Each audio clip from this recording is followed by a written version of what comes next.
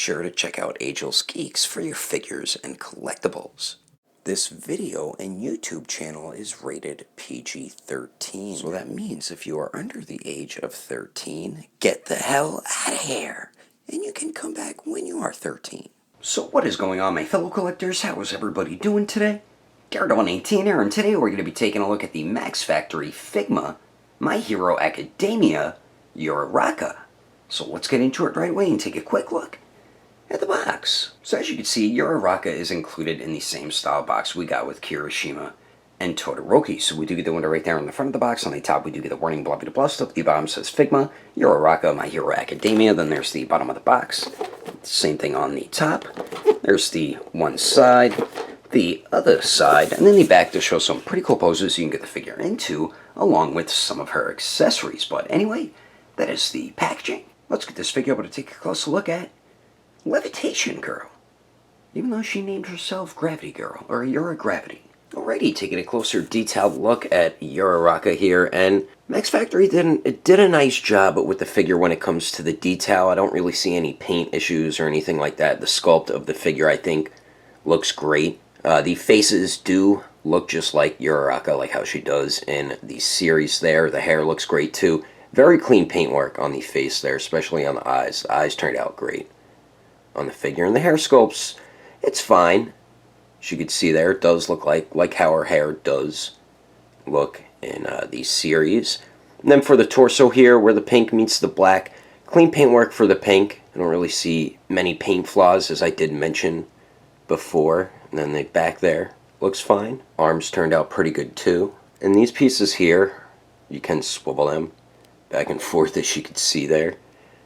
This piece, the crotch piece, is a separate piece, as you can see. But they did a nice job with that for like the belt piece with the paintwork and everything. I mean, not too much going on with Uraraka here. Then we do get down to her wild boots here, which turned out fine. As you can see, she has heels on there, and since there isn't ankle articulation, which I don't know how the hell they would have been able to work it in, it might be difficult to get her to stand or put her in certain poses because of that restriction there, because there's no ankle articulation. But if you balance her out right, you will be able to get her to stand there. But overall, I think Max Factory did a good job with the figure, especially for her character design. I think it turned out fine in figure form. But anyway, let's continue on. Moving on to the accessories, Uraraka is included with a decent amount of stuff. So what we do get first and foremost, like usual with Figma figures, we do get the Figma bag in case you want to store any accessories in there, and then we do get the Figma stand. So we do have the base, the arm, and then we do have the extension peg right there. So we do get that stuff, and then she's also included with 3 interchangeable faces, 2 interchangeable front hair pieces, which I believe they are the same exact hair pieces, and then we do get an interchangeable head sculpt with her helmet on. So starting with the faces, all the way on the left, we do get the, I guess, kind of smiling, happy type face, and that is the one that does come on the figure out of the packaging. Then in the middle, we do get another happy, like laughing type face with the eyes closed, and then all the way on the right, we do get her angry, yelling, screaming type face sculpt. And Max Factory did a great job on all 3 faces. The paint sculpt turned out great on all 3 of them, and the faces are very simple to swap out. I'll show you how to do that in a second. And then we do get 2 interchangeable front hair pieces, but I'm 99.9% sure they're the same exact hair pieces for the front of her hair. So I guess if you lose one, you have a backup just in case. So we do get those, and then we do get her helmeted head sculpt here, which looks pretty good. I think they did a good job with the masked or helmeted head sculpt there, and that's also very easy to swap out. I'll show you how to swap all these accessories right now. And the way you swap the faces is very basic when it comes to Figma. So all you do is just pull to take the front of the hair off, then pull on the face to take that off, take the new face here, peg that on, and then just peg the front of the hair back on, and there you go. As simple as that. Now for swapping the head sculpts here, you have to pull the neck joint out with the head there, because the extra one already does have a joint on it, and you just pop that on. And then to get a face on here, you just pop the front of the hair and her mask off, take whichever face you'd like to peg that on, and then just peg this back on. And this visor piece does come off, so you could have her displayed like that, but you do have those wide peg inserts revealed there, so it'll kind of look a little weird, but she does look pretty cool once you have her with her helmet on there. So we do get all that stuff, and then we also get an extra ball hinge, but I don't know what joint this is. Maybe for her torso or waist or something. So it's always appreciated getting extra joints with a figure. Then we do get her rocks here that she's using with her no gravity ability, and it does have a peg hole in it, because we do get these pieces here which you connect to the rock that connects to the stand. So all you do is just peg this clip in there, then peg this piece into this one, and then you have a little ball peg right here, and this just pegs into the rock right there, and then you peg the clip onto the stand like so, so then it looks like she's levitating the rocks there. So we do get those accessories, and then we finally get 7 alternate hands, including a hand rack. Then starting all the way on the right here, we do get a pair of open, splayed out type hands, which are perfect for her when she's using her levitation or gravity ability. And then we do get a pair of gripping hands. Don't know why they included them, but hey, you can never go wrong with some gripping hands. Then we do get a pair of fists, which do come on the figure, and then we do get a right thumbs up hand. And then as you can see, we do get the hand rack as well, but we do get some great sculpt detail throughout all 7 hands, and they are very simple to swap out. And like what Daredevil 19 always says, that is always definitely a good thing, because you don't want to risk breaking a wrist joint on your new Figma Uraraka figure. Now for the height of Uraraka, to the very top of her hair, it looks like she's about 5 inches tall. And then here she is compared to the Figma Bakugo Kirishima and Todoroki and the Revoltech Amazing Yamaguchi Midoriya and All Might. And I think she scales really well with all of these figures here. And then here she is compared to the McFarlane Toys Hero Killer Stain and Shigaraki and the Figma Hakimaru and the Revoltech Amazing Yamaguchi Harley Quinn.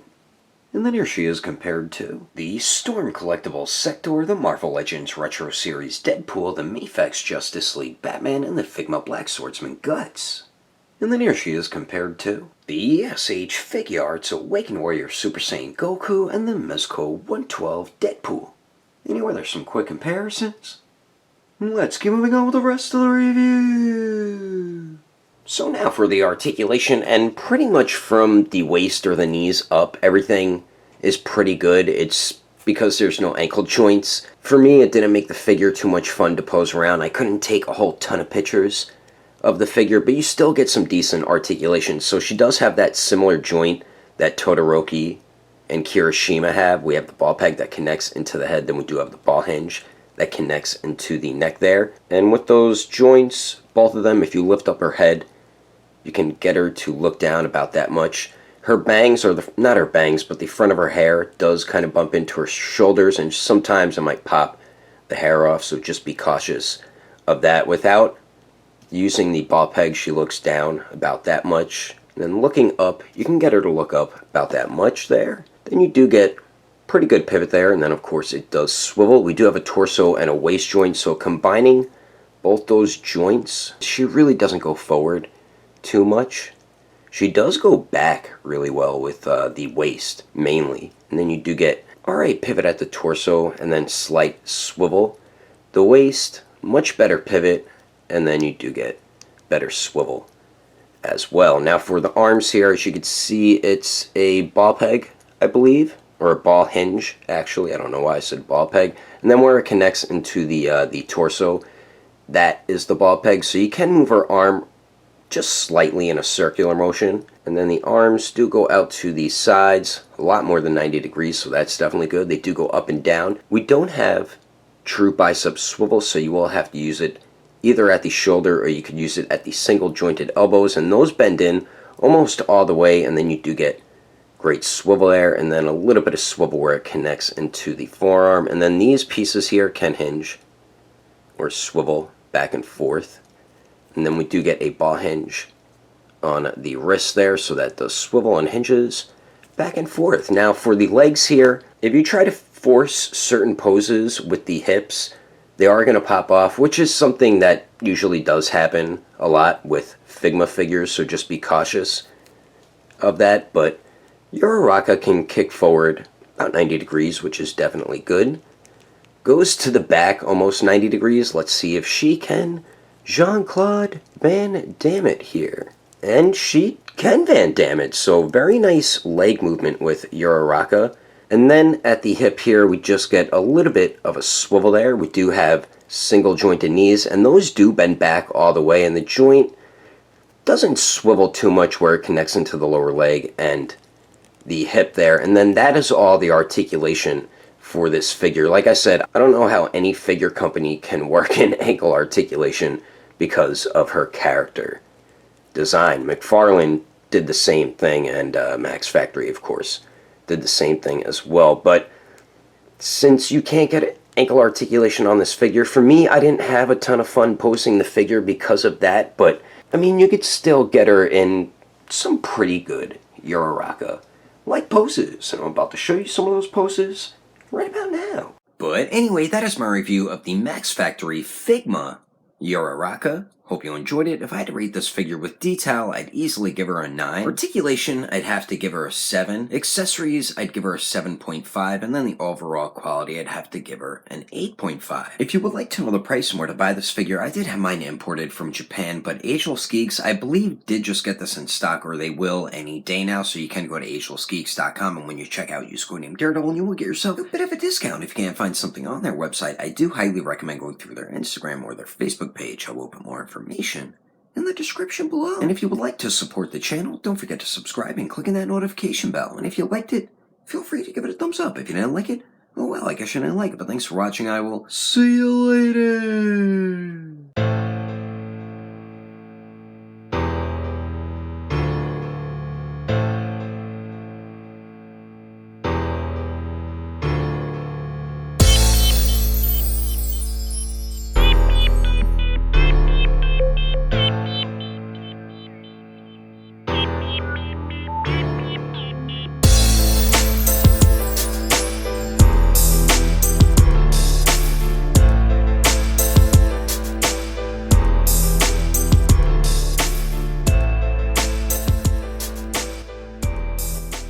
An extra wrist, actually that's not a wrist joint. I don't know how any figure company, whoops.